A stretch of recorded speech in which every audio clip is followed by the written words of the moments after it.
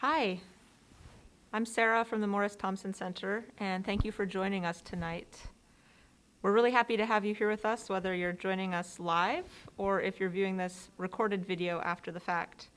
Thanks for checking out our channel. Tonight, the Morris Thompson Center and its partners, Tanana Chiefs Conference Cultural Programs and Denakkanaaga, welcome you to our live streaming series of cultural programs celebrating Alaska Native culture. Tonight's program is made possible by our generous sponsors, Design Alaska and GEM Company. Thank you for your support. Tonight we're live streaming from the Morris Thompson Center auditorium, where we are all seated 6 feet apart in our masks to keep everybody just as safe and healthy as we can, while still sharing with our audience, with you. Like all of us, we're still getting used to doing things a whole new way, and this is actually our first socially distanced live stream, so please bear with us tonight. For our live viewers, and even those who are viewing the recorded session, please feel free to post questions and comments. I'll be trying to pass them on to our speakers to share their thoughts. Tonight we're going to hear from elders Anna Frank and Sam Demientieff about winter holidays that they've lived through in their lives and about their thoughts on the season. And we also have Pat Bassett with us to demonstrate baby booty making. Baby booties are a popular traditional gift in many interior Alaska communities. And if you enjoyed tonight's program and want to support more programs like this in the future, please feel free to show your support by making a donation of any size at morristhompsoncenter.org/live. So let's do some introductions now. Anna, would you like to kick it off for us? Thank you. My name is Anna Frank. I'm originally from Old Minto, born and raised in Old Minto, and moved into Fairbanks several years ago, and I'm a resident of Fairbanks. Thank you. My name is Sam Demientieff. I was born in Holy Cross down on the Yukon, the lower Yukon River. I grew up there. Our family moved up the Yukon to Nenana, spent some years around the war years, 1945, through there at Nenana for a couple of years, and then moved to Fairbanks, and our family lived down on the Chena for quite a few years. Me and my wife still live here in Fairbanks, and we have 2 boys.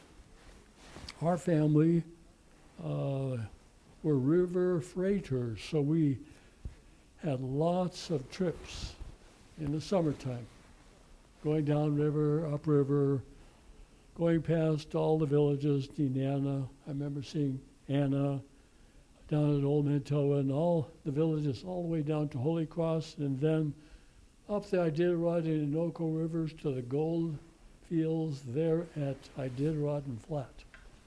So that's just a short little review of where I came from and what we did during my lifetime.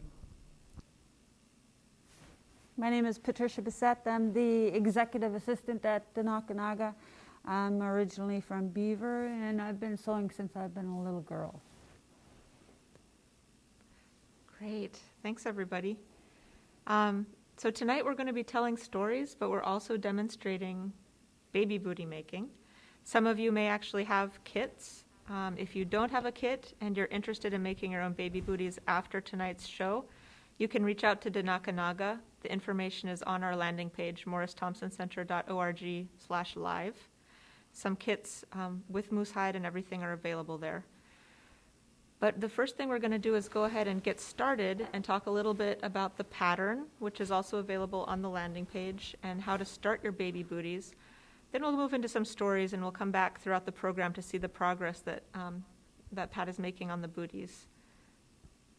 Pat, do you want to go ahead and join in with Anna and talk to us about how to get started cutting out and sewing your booties? Anna gave me this pattern, so this is my second time putting it together. Each region within Alaska is different, so I had to learn how to put them together and trying to center it. And that's where I have an issue. So that's why I'm glad Anna is here so she could help me kind of make it to where I don't have two left feet. So it's nice and round on the Yes. toe? And so hopefully she'll be able to help me. So I see your pattern is already cut out, your moose hide is already cut out. If somebody's starting with a raw piece of hide and a pattern, do you have any tips for them on how to do that? Maybe Anna does? First of all, we usually cut out pattern out of paper. And sometimes you'll maybe draw the size of the baby feet, and then the top you'll cut another pattern. And usually we put beadwork on the top pattern. And but since we limited what we could do here, we're just putting the boot together, and Pat is going to be our expert in sewing that together. So what she's doing, I think, is attacking you could see where the front, where the toes are, and if you have a pattern, there'll be marks on the side. That's where you tack down. Maybe go from left to right, or whatever is easiest for you. So you tack those down so it doesn't come out crooked. That's the main thing. It looks like you start tacking down at the side of the toe and go around the front. Is that right? You could do it anyway. You could do it from the center, the top of the center, to the sides. Just anything that would feel comfortable to you. So. Pat, I see that you're using Yes, a I'm thimble using a 3-corner needle. It's a size 6, and it also comes in this kit. And I do have a piece of sinew, but usually I'm using size D thread to sew it together. But the reason why I'm doing this part is easier for me to round out the toe part. That way I could try and center it and round it out, the toe part. And are you using a special stitch to do what you're doing right now? It's just, what do you call that stitch? Hopefully you could see it. Just basting stitch. Yes. Basting stitch, okay. Basting stitch. And then I just pull it into make the toe part rounded. Uh-huh. So you're not attaching the two pieces yet? Not you're yet, just not yet. shaping I'm the just toe. getting it ready so that I could sew. Okay. Some women don't do that, what she's doing. Yeah. They just kind of put the little loops in as they sew. Mhm. But since we have beginners, it's just easier to do this. See, You I don't rounded have out too the many toe. Mhm. frustrations. So it looks like you kind of See? bunched it together with the stitches. Yes. Yeah, okay. And then I'm going to put this part in here. And you see that mark right there? I centered it. And I'm going to connect that line with this line. But you got to Oh. make sure your pieces are not, So you put a mark on each piece to line them up. yes, Which on the inside. Which side So is the that- inside? Which side of the moose hide do you use for the inside? Anna, it's the, what side of the moose hide is the side that I The write on? inside is the smooth, The side. yeah, the smooth side. And that's where you put your marks too, right? Yeah. These Mhm. marks right here Okay. and right there. So next you're gonna line up the toe marks and start attaching the top Yes. to And I the usually sole. just use regular size D thread.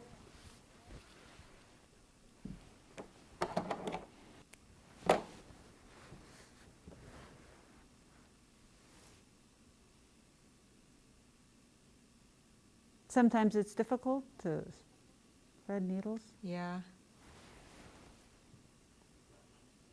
Okay. Is this the same kind of thread you would use for beadwork? Yes. So if anybody viewing today has a kit from our earlier workshops with some thread left, they could use that for sewing. Yes. Mhm.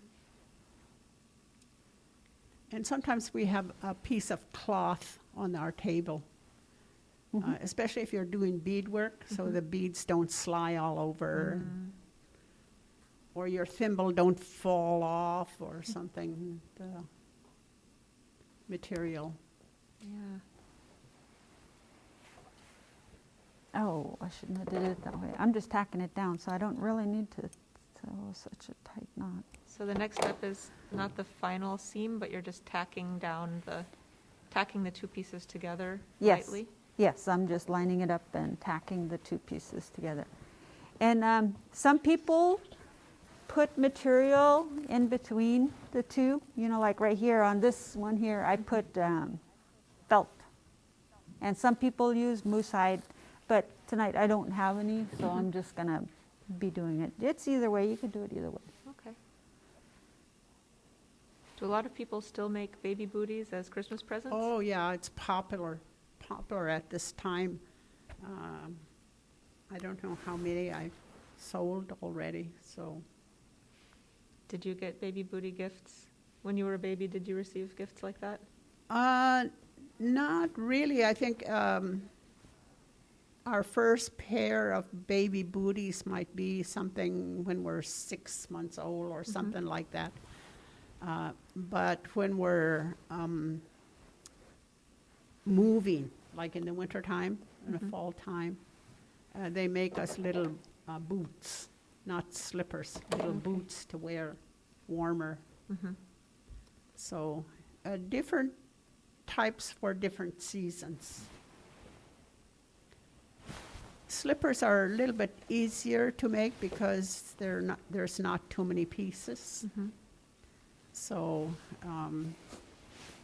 the frustrating part is the beadwork, I think, because we always want to be perfect, and so sometimes when you're a beginner, it doesn't look. It's oh my God, this doesn't look like my mom's or my grandma or whatever, and so that's okay. We start our teaching our young ones, our young girls, maybe at the age of 5.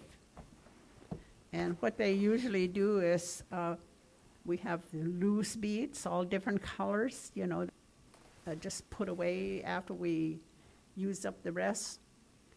And we give that to the child, and the child will learn colors. Put all red together and all blue or whatever. So that's the first thing they learn when they start sewing like this. And then the next portion will be how to outline a flower or maybe a bird or something. It depends on your favorite pattern, I guess. But that would be up to, my grandma taught me. I was always around my grandma.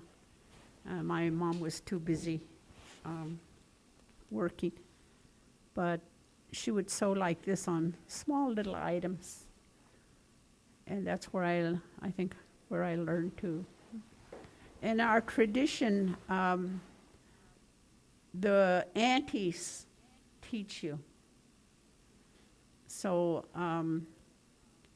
if you have a girl, your sister will be the teacher.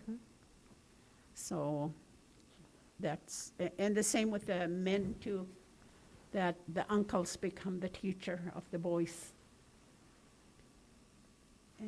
we hold that, we still do that, so. So what you're doing next, Pat? I'm sewing, I'm connecting this piece right here and right here, and I'm sewing that piece together. And I'm pulling this sinew string the same time so that it's all lined up. And is this the final stitching now? Yes, this is the final stitching. I just have to make sure that I'm not bunching up in the wrong areas.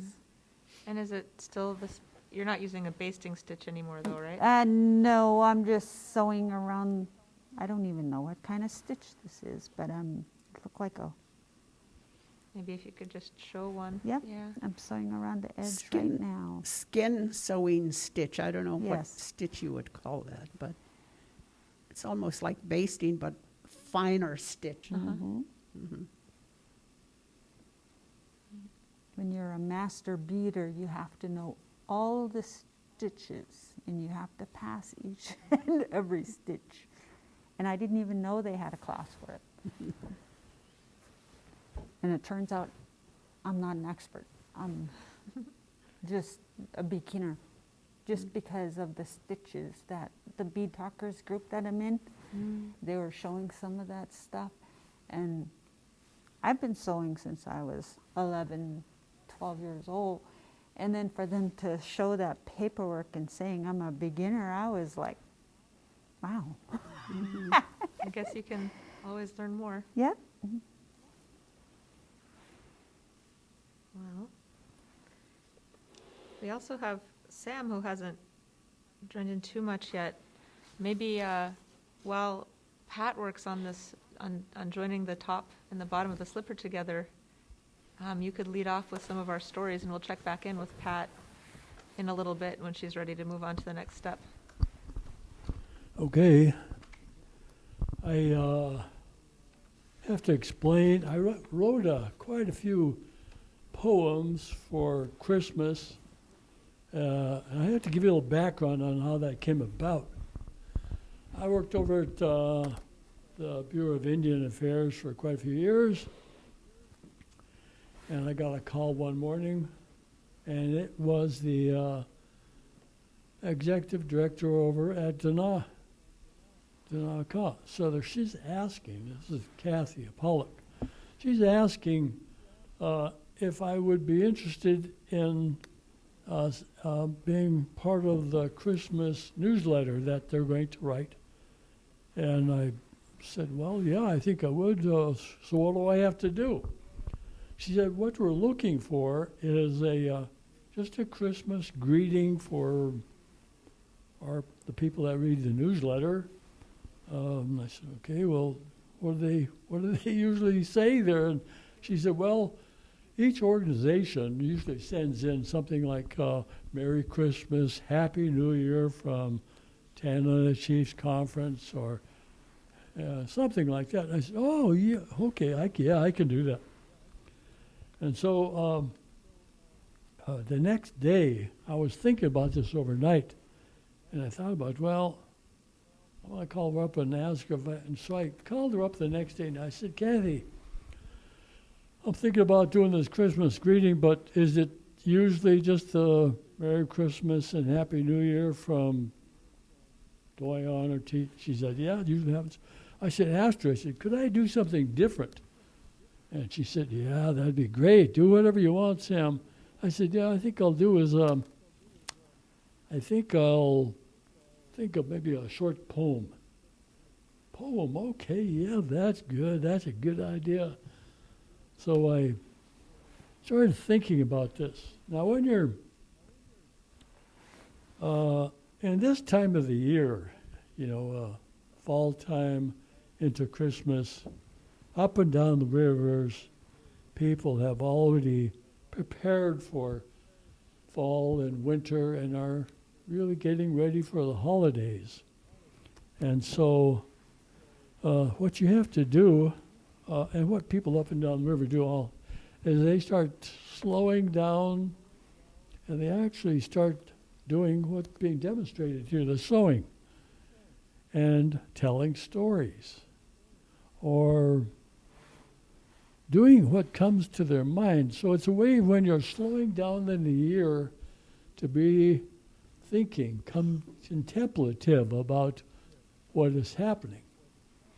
And I remember a number of people complaining about, oh, it's wintertime, it's coming, it's going to be cold, and it's going to be miserable and dark and all that.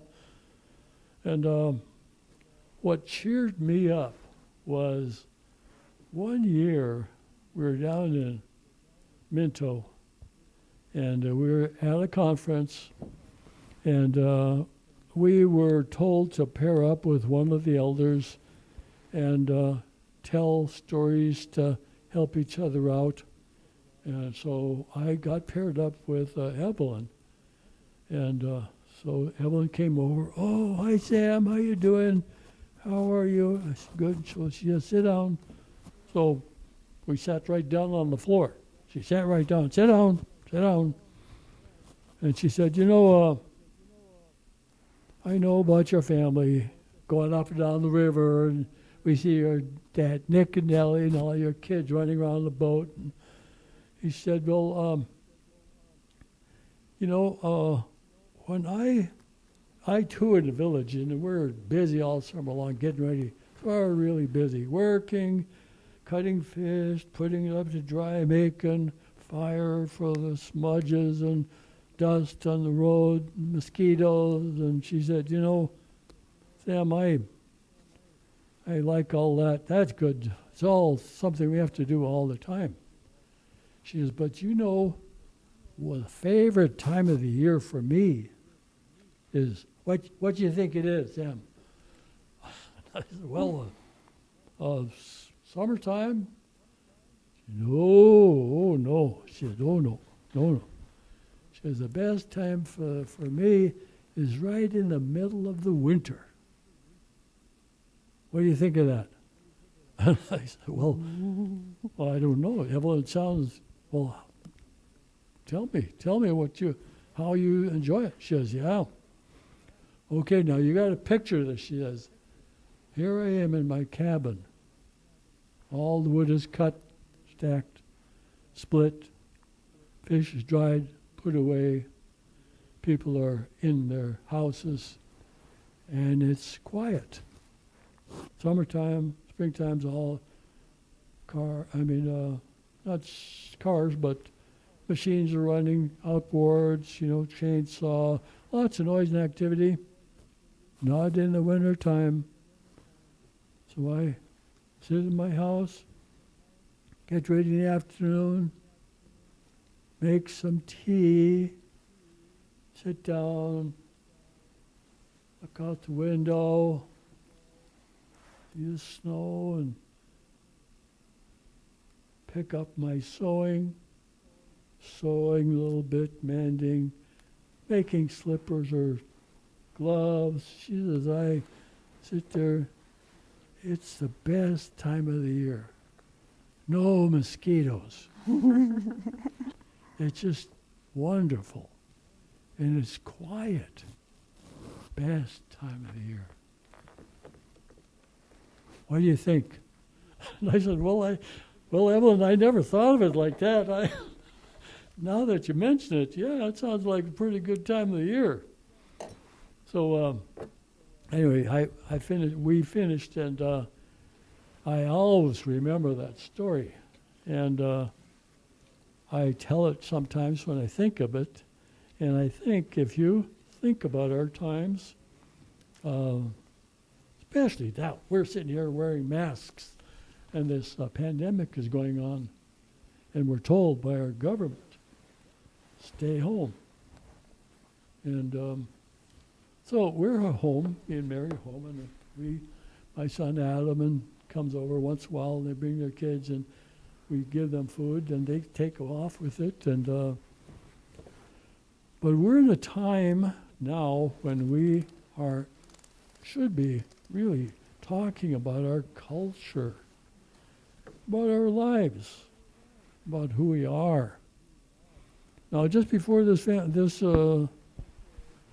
show started, I told Anna, I said, Anna, remember going to a meeting called by the Doyon board. I was a member of the board then, and told me to come in to the boardroom because there was a man here that came up from Southeast Alaska that is going to be writing a book called Alaska. James Michener. And so when he came into the boardroom, before he came in, I think it was Morris was there and said, Morris Thompson said, well, it's going to be Michener, and we didn't know. I heard of his name, but I didn't know exactly what, and none of the elders knew him. And so he said, well, he's a pretty famous author, very famous, and he had some real good books. One of them, the latest one, is called Hawaii. And it's a book that Michener starts out from the beginning, when the earth cools and the islands are formed in the ocean, and there is the Hawaiian Islands. So he said when he was there, they start way back in time. And so we were all introduced, and he said, so I'm here just talk to you all of you, to get some memories or stories or experiences of early Alaska, things you believed in as it relates to life. It's one of the ladies. She says, well, how far back you want to go? And he said, well, I want to go back as far as when the earth started cooling, and she goes, okay, well, okay, I got it. You want to go way back in time. Creation. And he looks at her and says, yeah. Do you have any stories about creation? She looked at the other elders, and they look at each other, and she says, yes, we do. We have creation stories. This goes way back. This is when God, what do we call Denakkanaaga is the name we call him. When God made the solar system and the earth. We have stories like that. And so Michener, he was, they were recording everything, and he was really, I'm sitting there, and I'm kind of shocked in a way, because I never heard that we had creation stories, at least not from my mom and dad. And when we're growing up as kids in the village, we're running around the village, playing tag and killing bugs and whatever else we're doing. But so I was paying close attention when they started talking about creation stories. They went on to explain creation story takes 1 week to tell.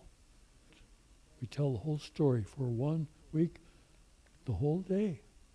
Talk about first earth, and then different days, people, the water and the ocean, and was the end. And after the 6th day, he rests. And so I'm sitting there kind of taking this on, paying very close attention, because this is the first time I'm hearing the story, and I'm making note. I'm going over to that lady, that elder right after this, and asking her about it, because I want to find out for myself. Anyway, so we get done with that session, and so we're going to start again in 15 minutes, and I was really wanting to know more about this creation story. But when we took a break, Richard, that's Anna's husband, and he says, goes over to Michener and says, we really appreciate you doing this story on Alaska. It's good to hear about Alaska, and someone's writing about it. Michener says to Richard, well, Richard, I actually was up here in Alaska before. Richard says, well, what happened? When? He said, during the war. the Second World War. I served here in Alaska, down on the Aleutian Islands. So Richard kind of says, well, I was in the war too. I served down on the Aleutian Islands too. Which island you were on? I said, I was on at this island. And which side of the island? He said, north side. Richard said, I was there. What month? It was October. I was there, October. Which side of the island you were on? Richard said, I was on the south side of the island. He said, really, a lot of activity. He said, yeah. And so, what branch service? Army Air Corps. Oh, I was Army Air Corps. So anyway, the short story on the thing was Richard and Jim Mitchell got to be good friends, and they do like what a lot of elders talk about up Kaikook River. Catherine Atlas says, when we do this, we take a big bite out of winter. What does that mean? Well, in other words, you're sitting down, like Evelyn said, sitting down. Now's the time to tell stories. Oh, yeah. So in order, when you do that, you learn. Time to tell stories and learn. You take a big bite out of that long winter time. Oh, what a beautiful thing. I just thought, man, this is amazing. Anyway, I went and talked to them about the creation. There's 2 stories, and the other one is takes all fall. All fall. And the villages are alerted. Well, we're going to start a big story. Start in the fall time, and they pass sections of the story from village to village to village. They end up at Christmas time, the end. And they got it. And so I was thinking, oh, what a beautiful. So how does it feel to be an Indian kid from Holy Cross, Alaska, and an Indian girl from Minto, Alaska, you know? We're just kids. I mean, we're just, the elders don't really pay attention because we just got to listen to them and be quiet and do what they say.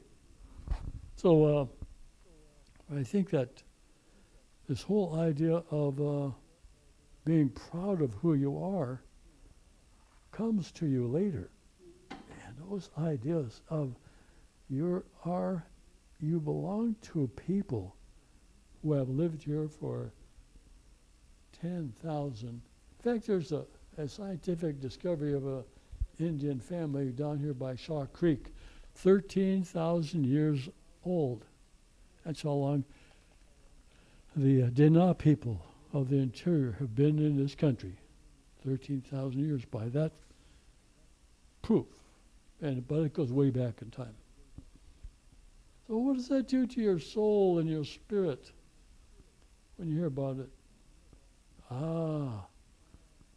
Very good. That's how you build a person's spirit up. That's how you make them learn to feel proud of who they are. Not necessarily pride, but a feeling of something good and important. So I got to tell you that when I was thinking about what Kathy Pollock said, you know, well, are you going to write this here Christmas story? And I said, yeah. So I sent her, made up and I got a sample here. I did this, was doing this for 20 years. It was kind of funny because the second year, come Christmas time, and I called her up and I said, are you going to do those Christmas greetings again? She said, yeah, in fact, I was going to call you. Will you do it? And I said, sure. She said, are you going to do a poem like you did last year? I said, yeah, I'm thinking about it. I will. So I want to read this one here. Is it okay to read one now? Yes, please. Okay, this one. This story, and I have to explain the ending because the ending is kind of is actually doing the job that I was told to, and with doing a Christmas greeting. And at the end, I always ended up by saying Merry Christmas to FNA, Fairbanks Native Association, TCC, Tanner Chiefs Conference, going on, IRHA, Indian Housing Authority, Bureau of Indian Affairs, KRFF, radio program, and then good old Denakkanaaga. So here goes the one on 2015. It's called Travel Christmas. The earth turns, the seasons of time begin to slow. In our lives, the memories of it continue to grow, moving constantly to ready for the end of the year. And out on the rivers and lakes, ice does appear, responding to life and medicine for the soul. People, families, head home, which is their goal. So it's with the dogs, snowshoes, or machine. It's out on the trails, the beautiful wintry scene. Busy spring and summer is now all done. We see less and less of the brilliant sun. Fish, meat, wood, and berries all put away. We know fall and winter is here to stay. People who wander far to gather and work. All those duties which are annual, they do not shirk. Fix those wheels, boots, shoes, covered in some mud. But we love it.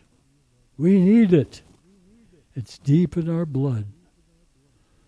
Slowly emerging, coming from way back in the mind, the call, the urge, part of the nomadic kind, all responding to being part of the earth. It will be good, fulfilling, happiness, and mirth.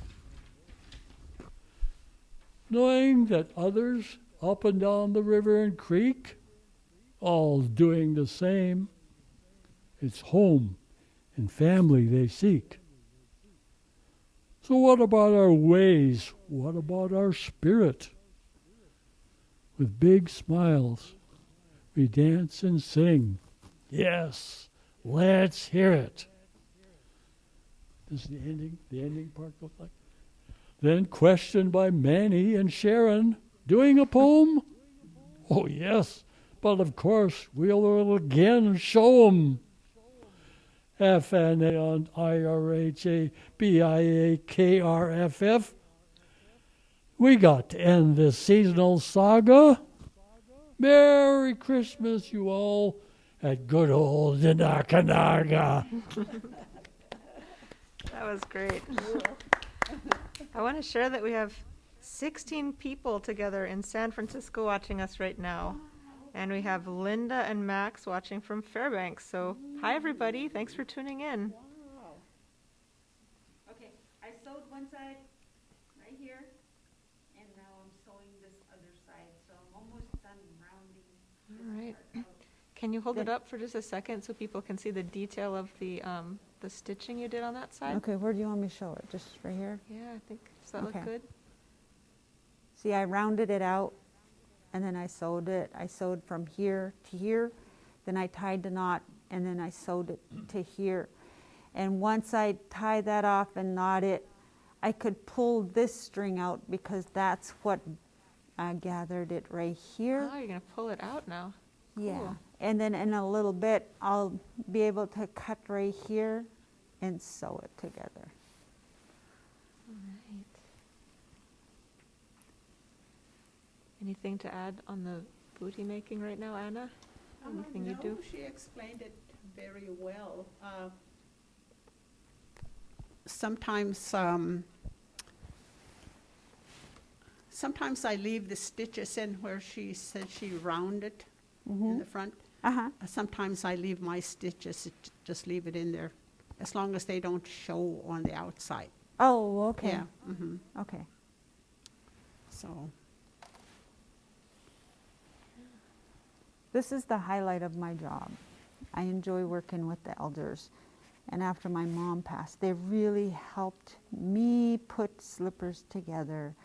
I'd say the first time without my mom was in 2014, and I actually put slippers together.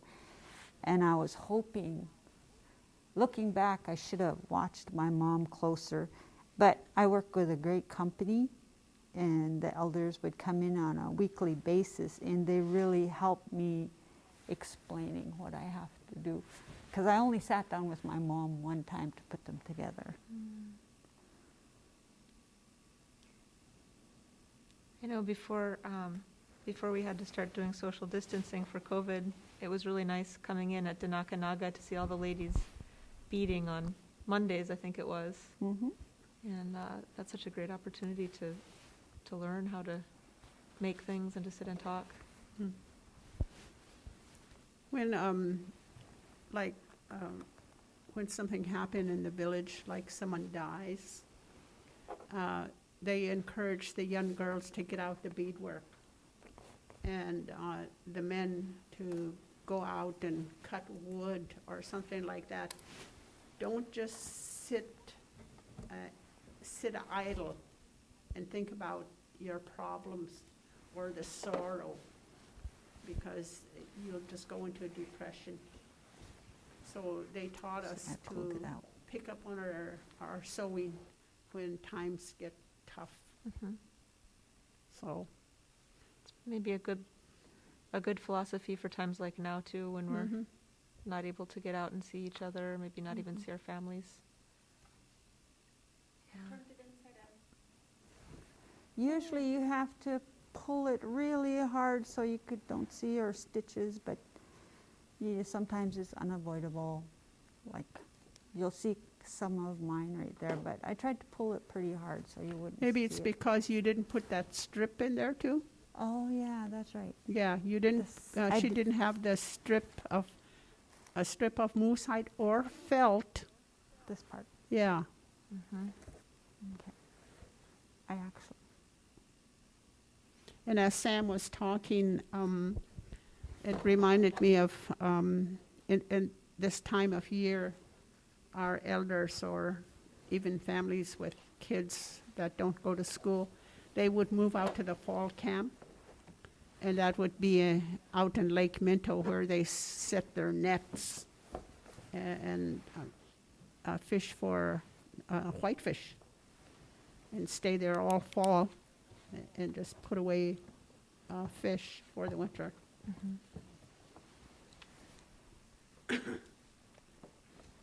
Anna, how far down do I cut this one here? For the heel? It says low battery. Probably how many inches is that one? It's just a little thing like that. Okay, a little further than what you got there, Okay.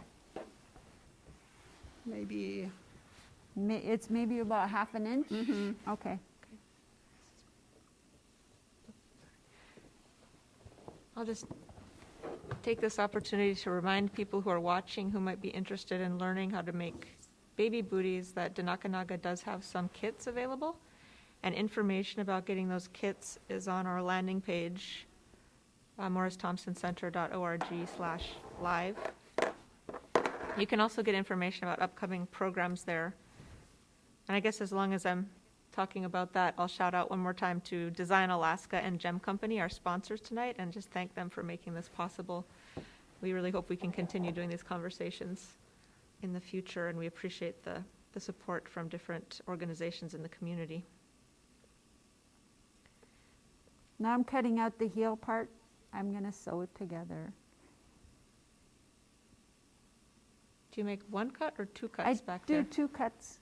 because I got to sew this part together Ah, okay. right here, and then I'll fold it in, Mhm. fold the heel part. So it makes a in. little square heel cup. Yes. Should I put a piece of moose hide in the I middle, think, Anna? yeah, Okay. it'll look better. It'll look better? Okay, I'll Mhm. do that then. I got pieces of scrap moose hide that I could place in there. You could even, do you have them with you? Yes, I do. Oh, okay. You could tell the difference between where she didn't have the strip of moose hide from the soles to the slipper tongue, we call it. Put the two together, Pat, the one that's already done with the purple around it, and Okay. look at the other slipper that don't have it. Oh, right there. There just is like a that. difference. There is. Yeah, And I prefer to have something in the middle so it looked more refined and finished. yeah. I don't know why I didn't do that. Maybe nerves. So now you'll Well, show we how to never do had that. to Yeah. sew on, what you call, Zoom? Live stream. Live stream. We can't see our audience, but we know they're there. Yeah. Yeah. Well, that's reassuring then, so. That's, And this time of year, I'm lining it up. also, I think is bear hunting season, right? Oh, wow. Yeah, black bear. The men would all go out, and they still do this in Huslia. They still have the men go out and they get their bear, black bear. They have a bear party, what they call, and it's only men, no women allowed. So, Because there's certain parts women are not allowed to touch or eat, right? yeah. Okay. When I was a young teenager, there was certain food we didn't eat, and black bear was one of them. We didn't eat the black bear meat. So different season for different food. And everything was traditional food a long time ago. Are there still some traditional foods that you think of, or even just special foods that you think of from your childhood that were special for around this time of year? Well, it depends on the season. Well, of course, our season was moose meat, in the fall time. That's when we get it. But in the springtime is muskrat. In the wintertime, in February, March is beaver season. So, yeah, it's always, we always enjoy those times because we don't get those things. We don't get ducks, unless we put that away for the winter. So. And people were always moving. I think in the 30s, that's when the school starts. They start building schools in the villages, I guess. And that's when people, they tell people you have to come together and find a place where you could build a school and the kids will start going to school.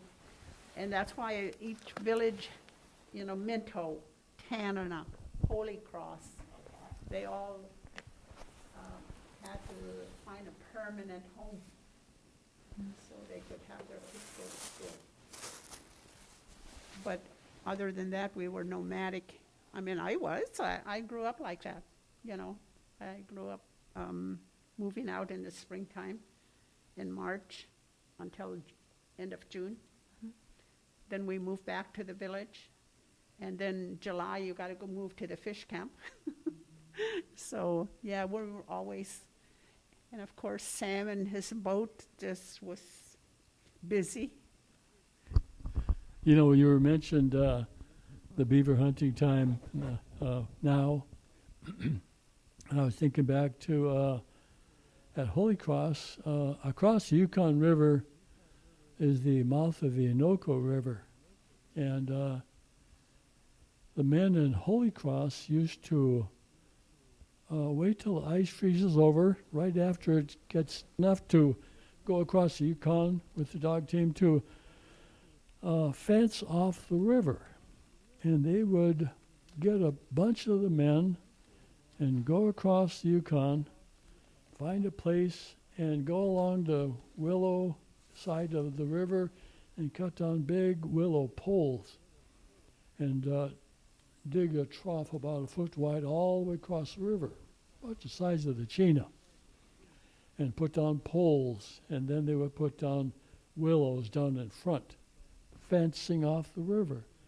And on the upriver side of the river, they would make a big 12-foot long by about 6-foot wide rectangular holes. And so you can put a bunch of them up and across the river in front of the upriver side of the fence. And they would bring their dip nets over there.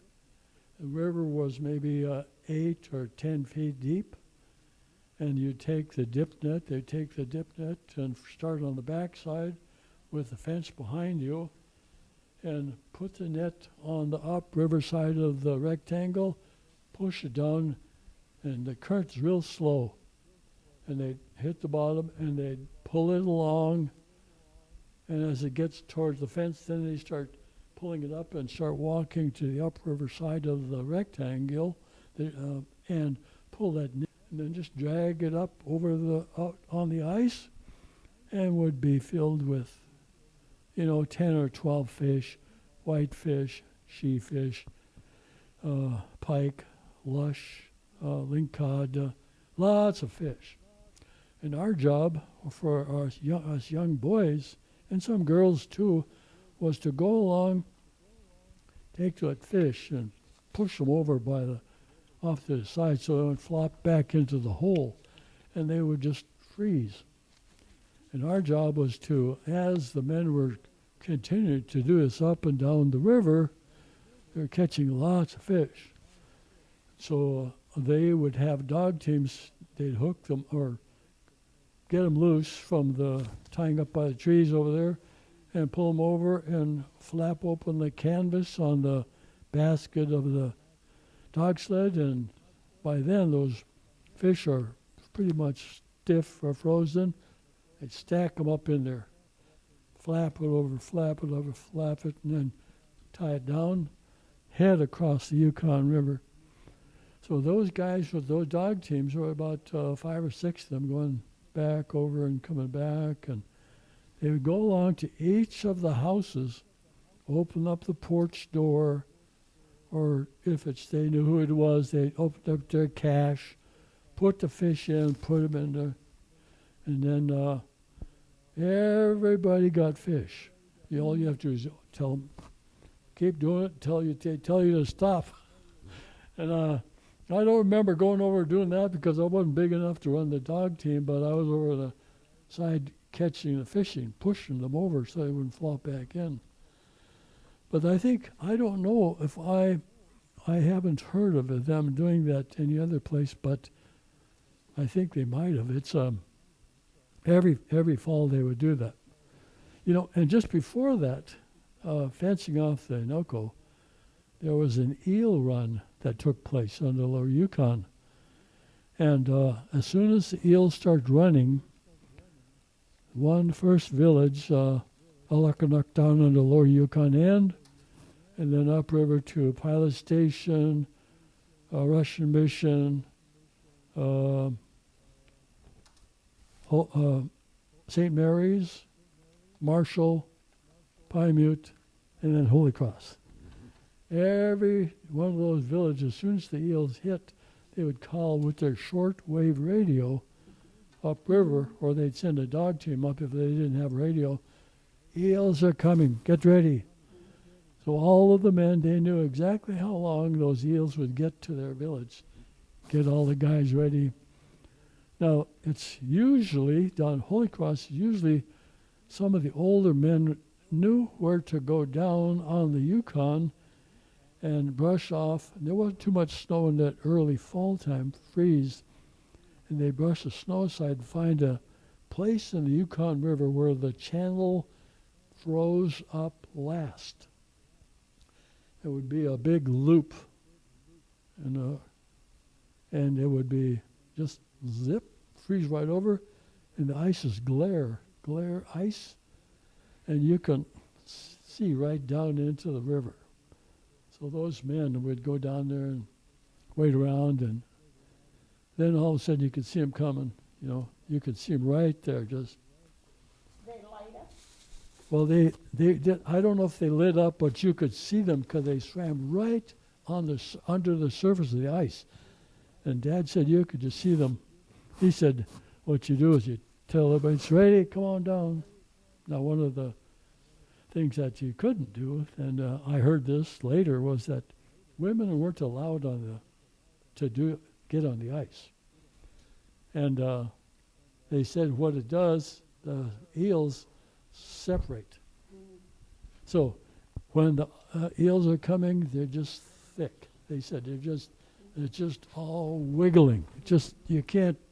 So they'd chop the hole in the ice and have a little small round dish size dips, little basket thing, and just flip them out on the ice, and people would pick them up like they did the others with the.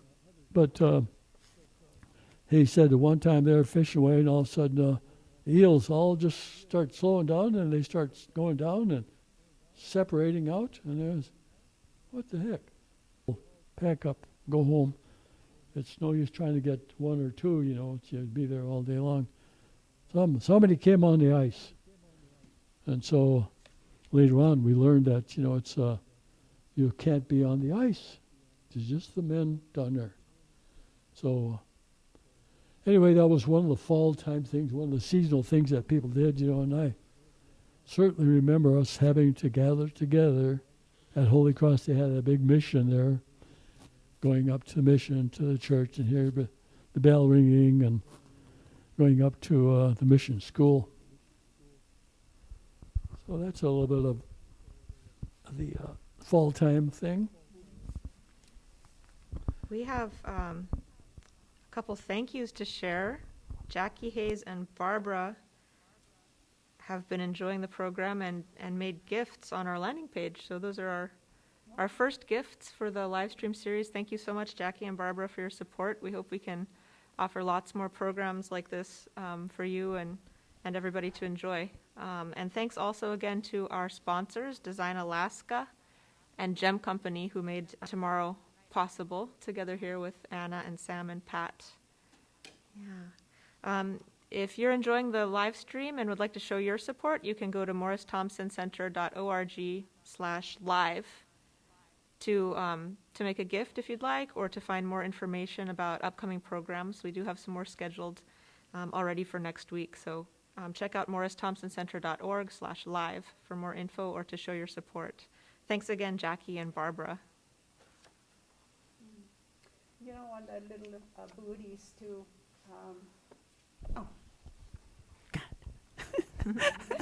On the little baby booties. When we're finished with when it's done, we put a slit in there on the bottom. We cut a V just with the scissors, and that's for the baby spirit freely come and go, So every new baby that gets a little booty, they'll have that slit on there. I don't see that anymore. People don't do that. I think they forgot. That's on the front, on the tongue, or on the right, back part? Right on the bottom. On the bottom. Yeah. Oh, interesting. Yeah, the spirit flows freely. That's interesting. Is that for babies who can't walk yet, or Oh, it's just for newborns. just newborns? Yeah. Yeah. Mm-hmm. That's interesting. Mm-hmm.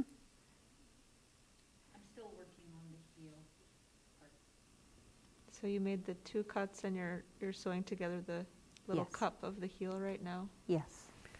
We have a lot of traditions,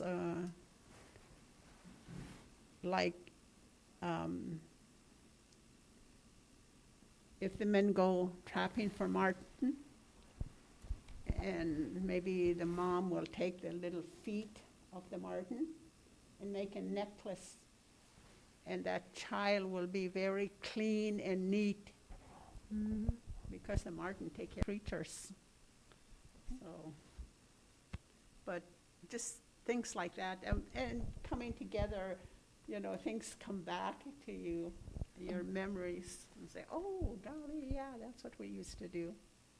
I used to love the pageants we used to have during Christmas time, Mm-hmm. and the whole community got involved with it, Yes. not just the students.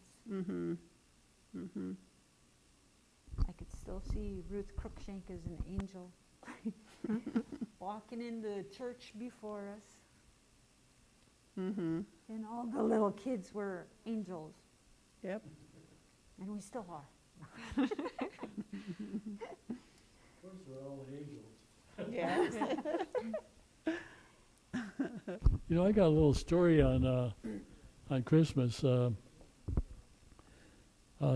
women in the village would place orders in the catalogs early, so they make sure that by the time their orders came from the catalog to the village, it would be in time for Christmas.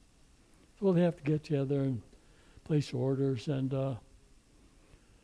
my mom was there, and right next door to us is my mom's good friend, and she comes over and borrows sugar, or mom goes over and borrows something from. They're all, good neighbors. So she comes over, and they sit down and place their orders in the catalog, and get it in on time as well as the rest of the people in the village. And so it comes time close to Christmas. The way that we got mail was from the mail plane. Plane would fly into Holy Cross with skis, land down on the sandbar in front of Holy Cross, and drop off the mail. And once in a while there was a passenger or something, they would take them. But I remember this one time, the weather got real bad, and it was close to Christmas. And the mail plane came, and they couldn't land. It was too windy. So they come down and buzz the village and go down the Yukon and make a big circle and come back up and come right back over the village. Now, Holy Cross had some big gardens that the mission had put in, big gardens behind the village, so big open areas. But here comes a plane, and we're out there playing, us kids, and we're out there. Of course, it's exciting when the mail plane comes. Hey, mail plane! We're all running out there looking at the plane, and it comes down and coming up like this and flies right over the garden, and out plops these mail sacks. And us kids were looking and saying, hey, they dropped something. And so we were running around, and I was saying, don't go up there, it's mail. The mail guy, mailman will get it. Willie, he's from the mail store master, so he'll get it. So he goes up there and gets 7 or 8 mail sacks and brings them down to the store. And about 2 or 3 hours later, you go down and pick up your mail. They go down, and women are going down, have their clothes on, walking down and picking up their mail and come back up. And we're there, and later on that evening, knock on the door. It's my mom's neighbor. She comes in. Nellie, I got to talk to you. So she goes in, and they're talking away. And I see me and my brothers and some of my sisters are there. They're over there. They start laughing, and they're having a good time. And then she goes back to her next door. And so she says, they got their packages from Sears and Roebuck, so they're good. But she's going to be right back. She has a package that she wants me to help her with. So here comes neighbor, knock on the door, bring it in. open up the box, and here's a little mirror about the size of a 1 foot long, 14 inches long, and 1 foot square, with a ceramic edge on it. And the edge is cracked, broken, and the mirror is broken into like 4 or 5 different pieces. And that's why she came over to Mom and said, Nellie, what do we do? What'll I do? Mom told her, well, no use try to send it back. It's all busted, So we'll glue it together. So they said, okay. So they took it and they worked on it, turned upside down, and they glued the whole thing back together real good. Some of the ceramic gold gilded edges were chipped a little bit, and you can see a little chipping, but generally the mirror was good shape. So she goes back home and she's real happy, and so after a couple days, me and my brother run over there next door to see their sons and talk to them. And they said, yeah, what'd you get for Christmas? We tell them what we got, and they say, I look over, and there's that mirror by their wash basin. So I walk over there and look in the mirror, and you got to do this. You got to move your head around so you can get in a pane so you can actually see yourself. And so the two things about that is we get they throw the damn thing out of the window, Right. and it's falls right out of the air. And the other thing is you got to be careful of what you order there, because looking in the mirror, and I remember for years after that mirror was still on the wall, cracked, gilded edges, but hey, it's Christmas, Yes.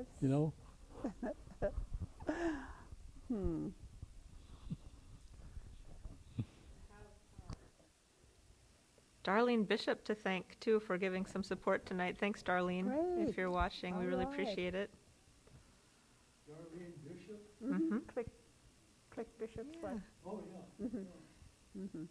Actually, one of the comments that we got is how fun it is, all the close connections we have here in Alaska. And it's kind of fun when you know Yeah. who's showing up in right. the Uh-huh. chat and supporting you here tonight. Huh. Yeah. We also have a question from Jackie in our audience from down in California, asking if you have any recommendations, and maybe you can tie it to holiday season stuff, recommendations for kind of traditional parenting stories or resources that she could find about stories that would be good to listen to learn more about traditional Native parenting. I don't know if we have stories, but I don't know if anybody ever put them on paper, Yeah. So There's are they asking for current information or old stories?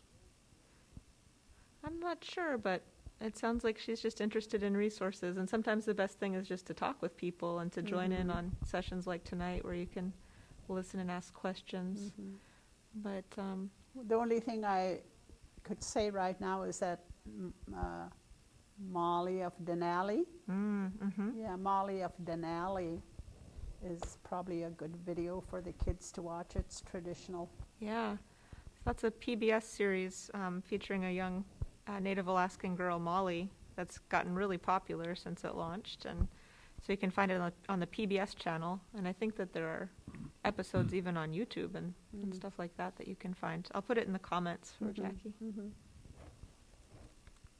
We hardly have too many stories on our traditional ways. I think we just taught our children as they grow. But we didn't have too many writers those days, But I'm pretty sure our next generation, you'll probably have those. So there, like he say that there's stories that's being passed on in the fall time. And so Were there many stories for kids that were told in the fall and winter, along with some of the big stories that we talked about earlier? I don't remember. Mm. Mostly it's stories were mostly how to discipline Mm-hmm. or carry the tradition. And it's a teaching. If they tell us stories, it's all about teaching. And nothing was written, but so we have to remember the stories. So, Okay. Need something a little longer for the inside. I'm gonna do this side different so you could see. Okay, we'll check in Okay. with you when you get back. Okay. so anyway, I'm pretty sure there is. I just never haven't gone and look, Mm-hmm. but I'm sure there's something somewhere.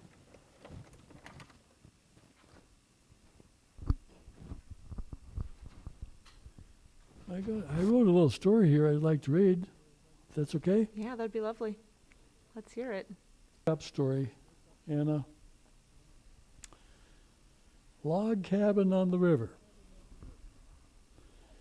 It was a very cold and dark December night, the river frozen and making cracking sounds. From Freddie and Frida's home on the riverbank at the lower end of the village, you could see northern lights moving and stars twinkling against the black sky.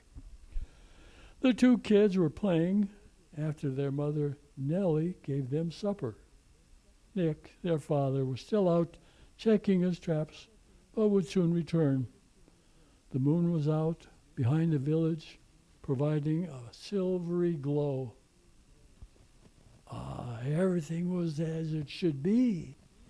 In the cabin, Nellie told the kids to gather around as she did some sewing and knitting. She said she had a story to tell of when she was a little girl living a long time ago. So Freddie and Frida got comfortable and Nellie began the story. Back then, the people lived sometimes very long lives.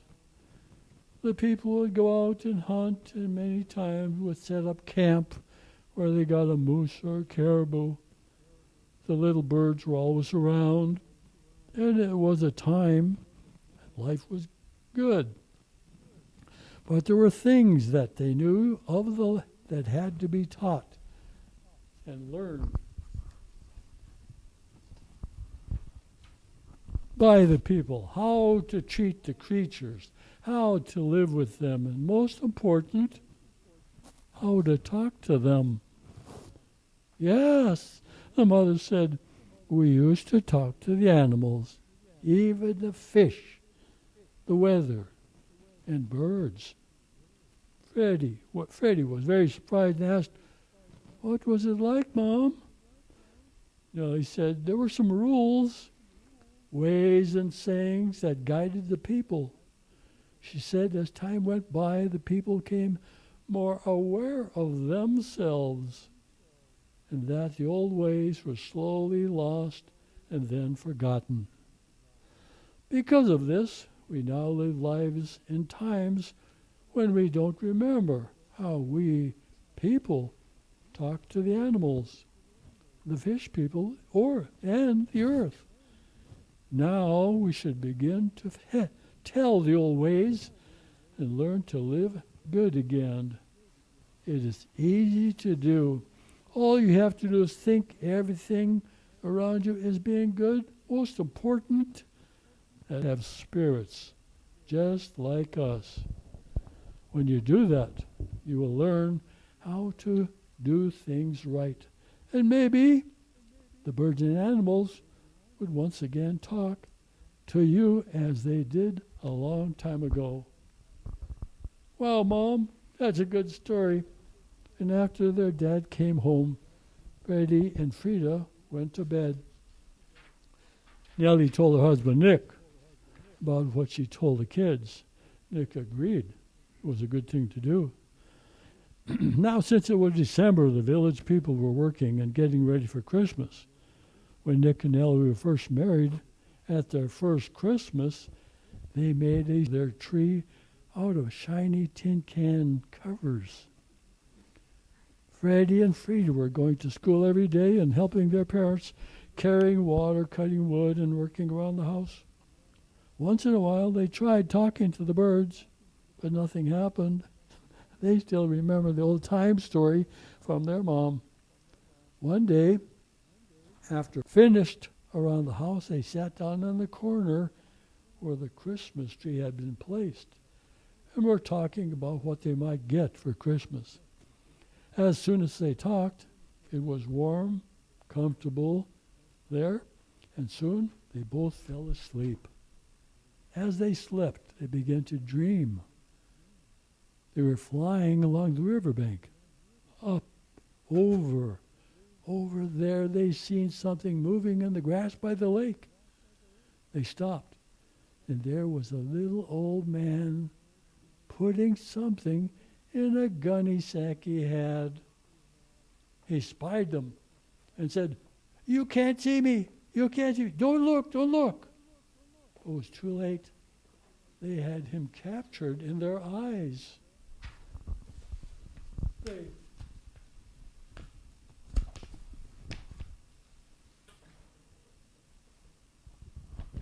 had him captured in their eyes and didn't realize it. He was one of the little people. If you had them in your gaze, they can't disappear. He was mad. "Look away, look away, let me go." They asked what he had in his sack, but he motioned with his hand. He pointing up at a tree. They both looked up. Too late. They quickly looked back. Alas, he was gone. He tricked them. They flew on. Later they woke up. The house was quiet. They looked at each other, smiled, then went to bed. Next morning their mother noticed the star on the tree. The top of the tree was gone. Maybe it fell behind the tree. They had to look for it after they got done with their chores. Later in the afternoon, Freddie and Frida came in, started looking for the star. As they looked under the tree and were searching, it was warm, comfortable, just right for sleeping, and sure enough, fell into an afternoon nap. Soon, they were floating along in a slough, upriver. Up they went, but no little man. They continued on.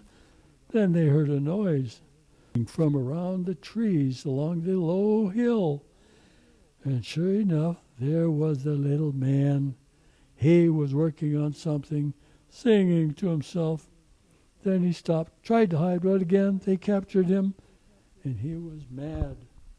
They noticed he had a shiny object on his lap. It was their Christmas star.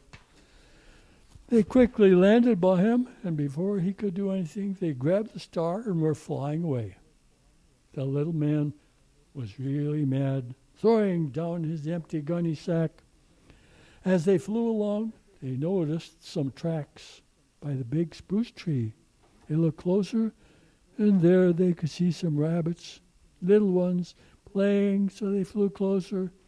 Then Frida, who was holding their star, screamed as the star slipped from her hands and down among the rabbits, who grabbed the star just like that. They were down the rabbit hole. As Freddie woke up, he could see Frida looking very sad. They crawled out from under the tree, went back to bed. The mother noticed the sad look on their faces and asked them what was wrong. They told her about their dreams under the tree. She smiled to herself, but told them that all will turn out good if they remember to help everyone and be respectful.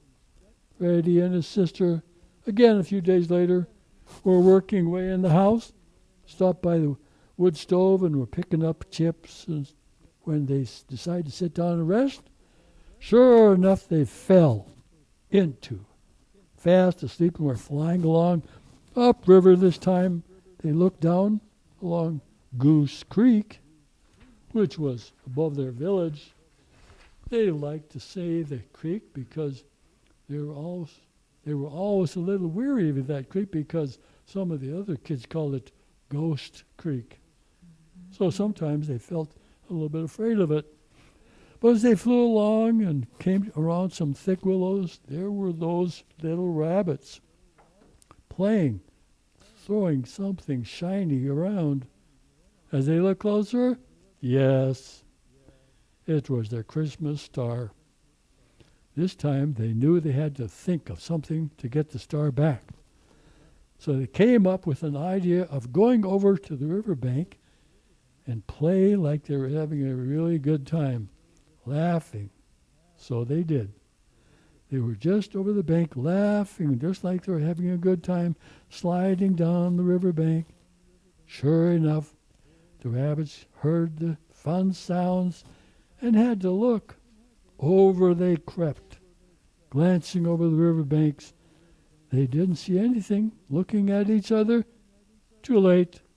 They looked back where they were left the star, and there was Freddie and Frida with their star flying away. As they woke up from their nap, they knew they had to get the star back on the tree before Christmas. They were aware of what their mother told them about being good and respectful to everything, especially little creatures and all.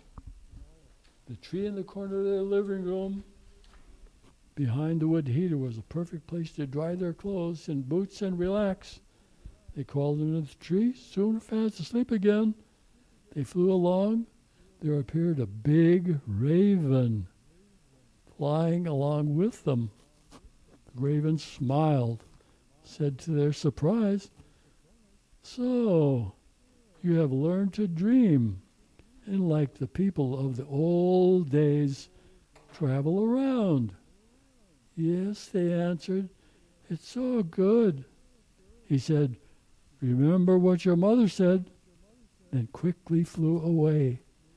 Freddie and Frida remembered, flew down to the sandbar, picked up some tender new willows, then flew up and found the rabbit hole, went down, put down the bunch of willows. As they flew off, they could see the little rabbits come out, smiling and saying, "Thank you," and waving to them. They could understand it. They continued on, found the place where the little man was, and left a nice warm fur hat with a tassel on it, and then they went home. When they woke up this time, they carefully polished the star, placed it back on top of the tree. As summer came and went, Freddie and Frida would once in a while talk about their time under the tree, looking for the star, looking for the lost star. Now they looked at the birds and animals and could see how they lived, which was just like the Creator made them to do. They listened. They talked to their parents and told them of their experience under the tree, talking and seeing the creatures. Nick and Nellie said, "It is a good sign of respect." Sometime later, Freddie was out checking his rabbit snare line. He noticed he was getting lots of rabbits. Then again, Freddie and Frida were out getting dry wood, came upon an area that was quiet, calm, and they noticed how it was different, how it felt. They stopped and could feel it, the quiet. Then they heard a small chanting sound, looked at each other and looked across a small creek and could see a little man dancing. Then he looked directly across at them, smiled, took off his hat and waved it at them, then disappeared. They looked at each other, smiled and thought of what their mother said, and noticed that the hat he waved at them was the fur hat with tassels. There are many experiences and stories like this. We have to just be like the old people. Don't be afraid to talk to nature with your mind and your thoughts. and you will have a good life to do, a very good life to Hatsiki. Life is just good. It's a key means scary. Oh. Thank you. Too cold. I was thinking of about. Oh, I was thinking about the stories. We do have stories, like in our stories, the raven was the trickster, and there's a whole creation story about that. In different tribes here in Alaska, it'll be a different animal who's the trickster. Mm. But I remember about the old women and the spider. I think the old woman spider. She saved a couple people. I'll have to. I think I have a story. What Ellen Frank. I got her book, so I'll look in there and see what I could come up with. You said Spider Woman? Spider Woman, yeah. Yeah, Roy David gave us paperwork on that, and I think we have a disc of that as well. Sharon may have it. Mm, Okay. yeah. Maybe the University of Alaska have stuff like that, the language program. Maybe I can find a link and post it under the video for later. Mm-hmm. Pat, should we check in with you on your progress? Oh, I'm starting on the other side, but this time I'm adding the moose hide in between, so you wouldn't be able to see my stitches, and I'm just giving you a demonstration of how it can look and whatnot. So I you're- just tacked it down, and now I'm going to start sewing it together. So it's just a long, thin strip that you put in Yes. between the two Mhm. pieces? And I just got it from the edge of the moose hide, or if I have scraps, I just use that. I'm kind of afraid to cut our moose hide. Our elder women would make corrections Yes. as we learn to sew. As I'm watching her, she don't sew like I do. Like if where she put her little pleats, you have to have like the sole part against your body. Oh, this. Yeah, turned that way. Oh. So if you didn't have that thread for the pleat, Uh-huh. you have to use whether your right hand or left hand, to make the pleats as you go. Oh, yeah. I wasn't very good at that. That's why I do this part. Me too. And I just do. It's easier to do that. yeah, so I just hold it. Mhm. Long time ago, the reason our grandmothers did that was they had to make their sinew. Mhm. So we have to be very careful of how we use the sinew. And I noticed you throw away long thread. No, I got it in my, I use Oh, that. okay. I got it in my No, box. I was going to say your grandma will just No, scold you for that. I use it.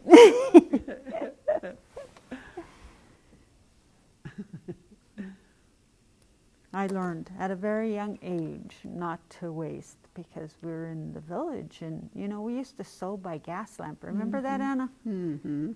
And like a cool oil lamp. Mm-hmm. And I used to have competitions with my mom. She would give me one side slipper, and I'd do one side and she would do one side. And I'd say it took me a couple years to finally beat her, but those were fun times. Challenge. We were always challenged. Oh, yes.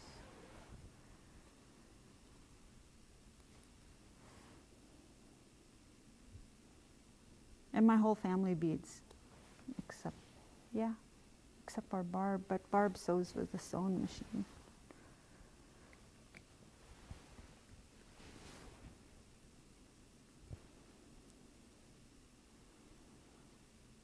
a lot of this, when the kids went to boarding school, you know, they left and they never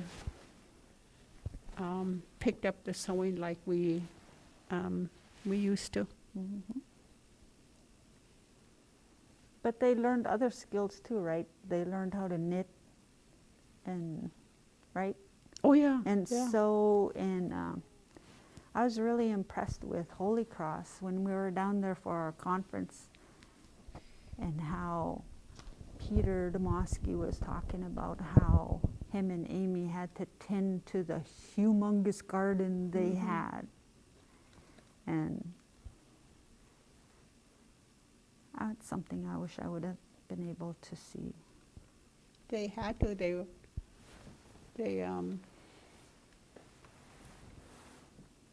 the kids had to work in the gardens, you know. Mm-hmm.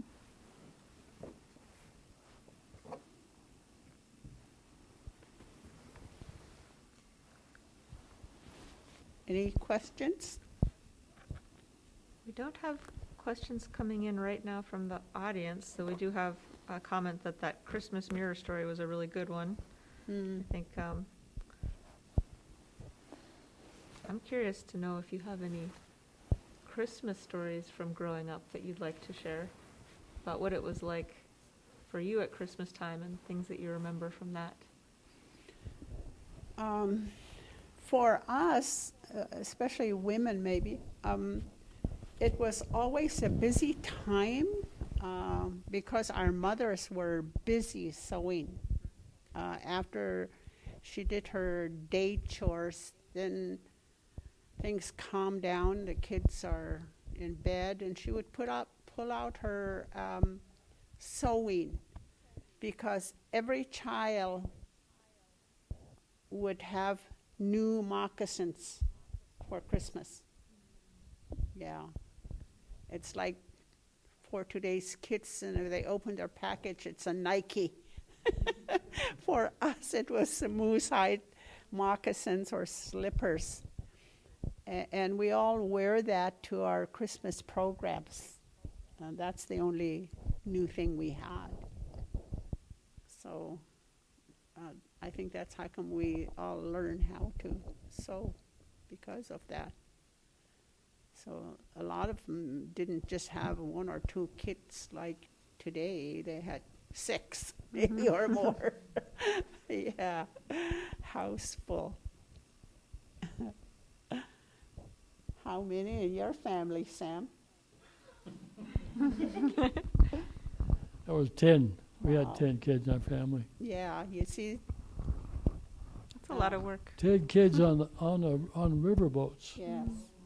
from teenagers right down to babies, Mhm. running around on the river boats. It drove my mom crazy, you know. So, I mean, I remember falling in the river a few times, and man, there was a real big panic, you know, when Mhm. you fall in. Well, it was a good experience. You know, you have learn. to. I mean, in the village, the same thing. Yeah, You know, if you fall off a exactly. fish wheel and Mhm. get caught in the wheel or some damn thing like that happened. Mhm. I do remember a story about the gardens at Holy Cross that you mentioned. Big gardens, potatoes, Mhm. and the Yupik people along the coast would come upriver, and they had kids in the mission. So they'd come to Holy Cross, and they started to, in their boats, get potatoes from the mission, extras, lots of extra potatoes. So then they would bring stuff like seal oil or not muskrat, but blubber, muktuk, things like that they had down along the coast, and seal meat and other stuff. Bring it up and trade for potatoes, vegetable gardens, and dried salmon. So for years there was a trade barter system going on at Holy Cross, and this ship that came up was called the Trader. It was a sea-going sailing vessel that traveled around the Bering Sea up along the coast to King Island and Nome and over to the Diomede Islands and along the Siberian coast, along the peninsula on that side, and then back over Kuskokwim River, and it was always going around. And people, the coastal people remember that. And us, at Holy Cross, we got used to seeing, run up the village, traders here, everybody run down there.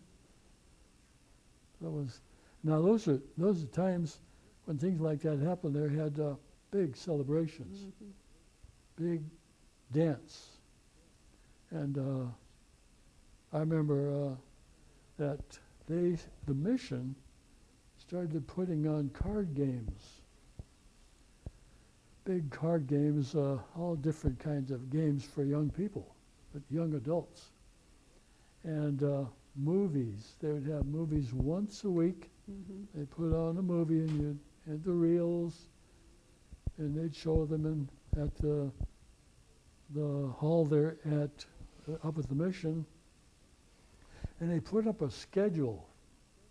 And I remember coming out, and our house was the first one on the front row in the front, and right next door was our neighbors. They had a big wall, big blank wall.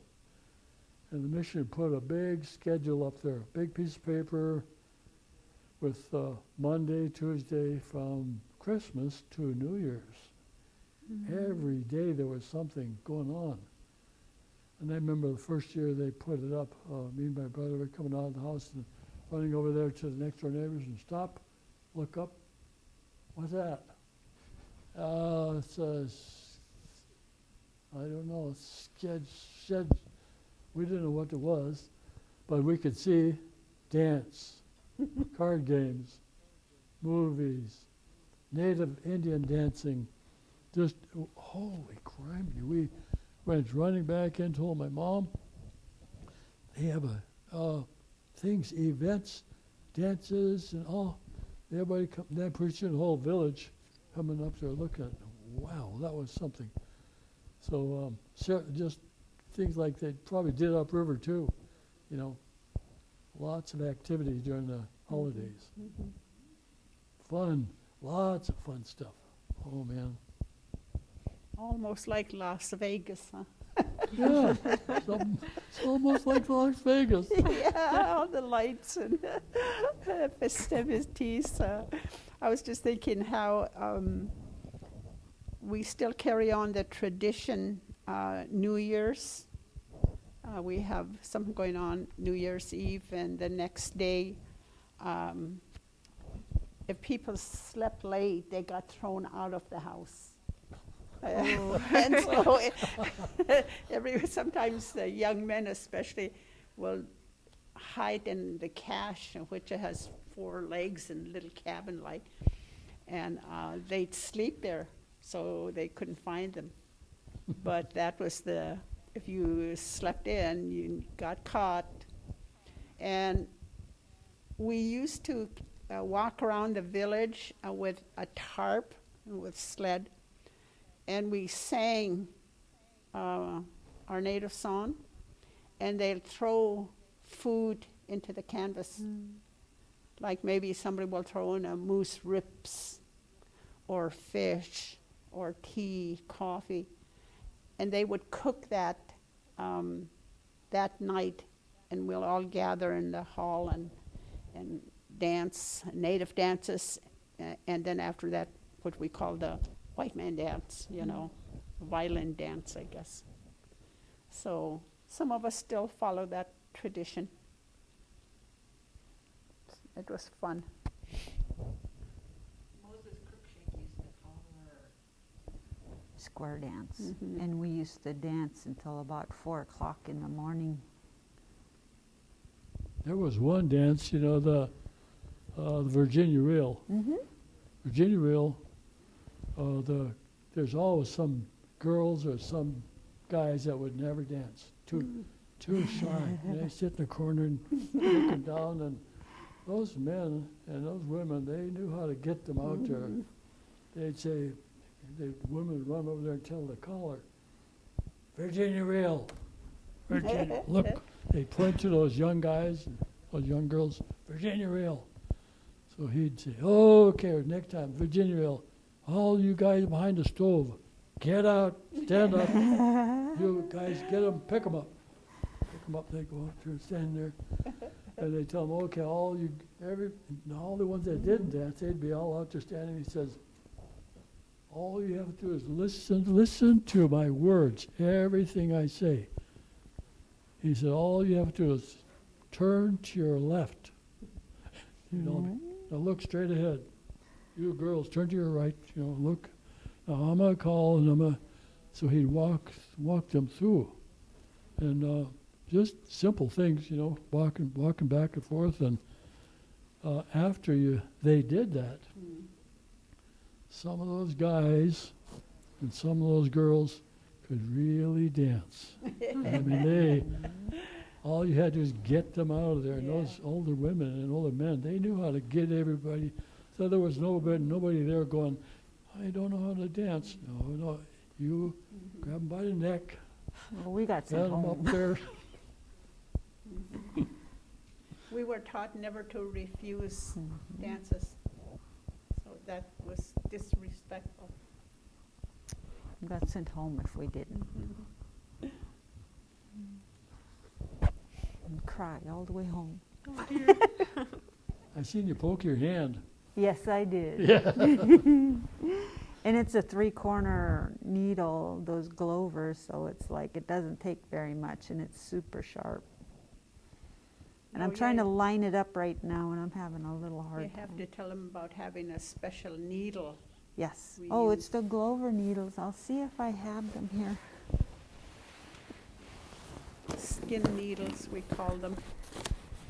What's different about them? It has kind of like 3 edges, and they're sharp.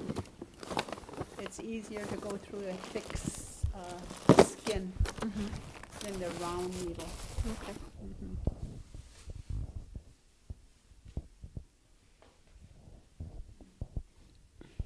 Like a triangle. Yes.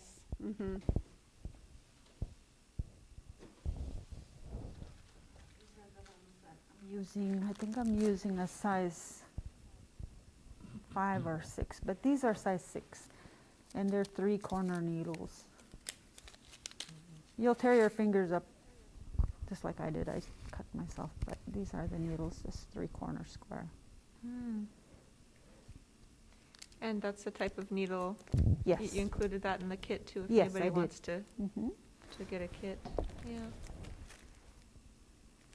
So, Pat put all of the kits together for the baby booties, so if anybody does call in to get one, you'll probably talk to Pat, and she's the person who cut out the moose hide and put the kits together. Thanks for doing that, Pat. oh, yes. Thank you, Anna, for the pattern.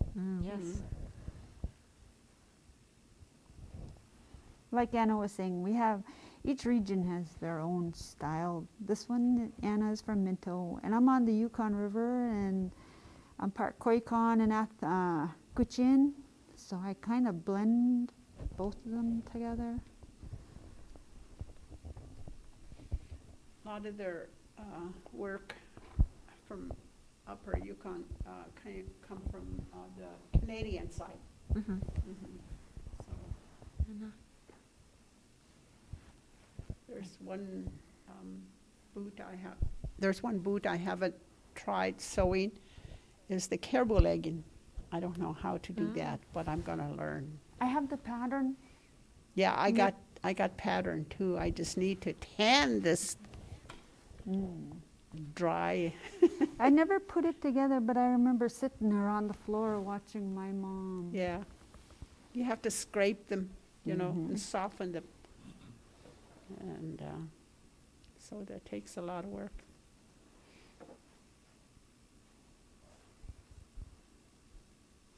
And this is the moose hide we got from Artie Crawford. Mm-hmm. I can't wait to see what Tom Huntington's doing with his. Yeah. I was just going to mention that next week, on Thursday, we'll have Anna back with us here and Tom Huntington to talk about traditional hide tanning. And I also wanted to share with you that we have a big thank you coming in from our big group watching from Friendship House in San Francisco. They said thanks, and that a lot of the people watching want to learn more about the Booties, and that they really have enjoyed listening to your stories tonight. And they said thank you. They found it to Yeah. be really healing. Maybe we'll bring the finished product to show Yeah. next week. Okay. Mm-hmm. On the edge too, you could add another little piece, and you could add moose hide if you want to. Or you could just, like Anna said, they put little slits right here because sometimes our baby's feet are a little chubby. And so to tighten it up, she said, just put like little holes right here and then pull it tight so that they don't fall off. And we put sometimes fur around the top. And line them too. I got a little lazy and I started just using baby. I could bring finished products of beaded ones. Oh, yeah. What it look like That would be beaded and nice. stuff like that. And I'll bring in slippers, adult slippers. Okay. Yeah, that would be great if we could show Mhm. some different examples Yeah. in the second session. Well, I we're, could bring in all my, like, in the wintertime, we make what we call the canvas moccasins. Mhm. I have that too. I'll bring, show what it looks like. Caribou skin. Mhm. I could bring all that in and show them. So, Yeah. Well, we're coming to the end of our time for tonight. Okay. So, is there Almost any done. last part you want to show us on the booty tonight, Pat? I am just rounding off the second pair, the toe part, and then tomorrow I could just finish the heel part. And if you want me to add fur, I can make sure I have fur tomorrow. Oh, that would be fun to see Do how you you want me put that on. to? yeah, go ahead. Okay, I'll bring fur tomorrow, and I have little pieces too. Okay. if you could either add whatever kind of fur you have. I could bring strips of different, like sheared beaver Oh yeah, and things like that. mostly rabbit is for girls, right? Mm-hmm. And then beaver is for men. Mm-hmm. Well, thank you all so much for being with us tonight and for sharing your stories and your skills. This has been a really nice evening. I feel like we did a little bit of taking a bite out of winter tonight. Mm-hmm. Yeah, I enjoyed that, Sam. That was good. Thank you. Yeah. And we'd like to congratulate Anna Frank. She's got the Women of Distinction Award, so she's not going to be with us tomorrow. That's right. Yeah. Elizabeth Flegel, one of our respected elders, will be joining us and sharing stories with Sam. So, yeah, everybody, please do join us tomorrow. We'll be back here tomorrow with Pat and Elizabeth Flegel and Sam, and Anna will be getting her award tomorrow. Congratulations. Congratulations, Yeah. Anna. Yes, Very thank good. you. It's called the Um, State of Alaska Girl Scouts Women of Distinction Award. Mhm. That's wonderful. Mhm. And a big thank you, too, to Steve. You can't see him. He's not on camera, but Steve Vick with Alaska Live TV has helped us with streaming tonight, so thanks very much, Steve. And thanks again to our partners, Tanana Chiefs Conference and Denakkanaaga, with whom we work together to organize these programs. And of course, a big thanks again to our sponsors, Yes. Design Alaska and Gem Company, and everybody who chipped in showing support tonight. Thank you so much. Your support makes it possible for us to keep doing work like this. Live streaming the programs does take additional preparation, as you can see from all of the cameras and microphones. And we really appreciate you helping us to be able to make it possible for all of us to sort of be together apart this way. So thanks, everybody. Thank you. Thank you. Thank you. And Anna, congratulations. We won't see you tomorrow, but we'll see you next Thursday. Yes. And Sam and Pat, we'll see you tomorrow. Okay. And everybody watching, hopefully we'll see you tomorrow too. Bye. Bring your friends. Yes.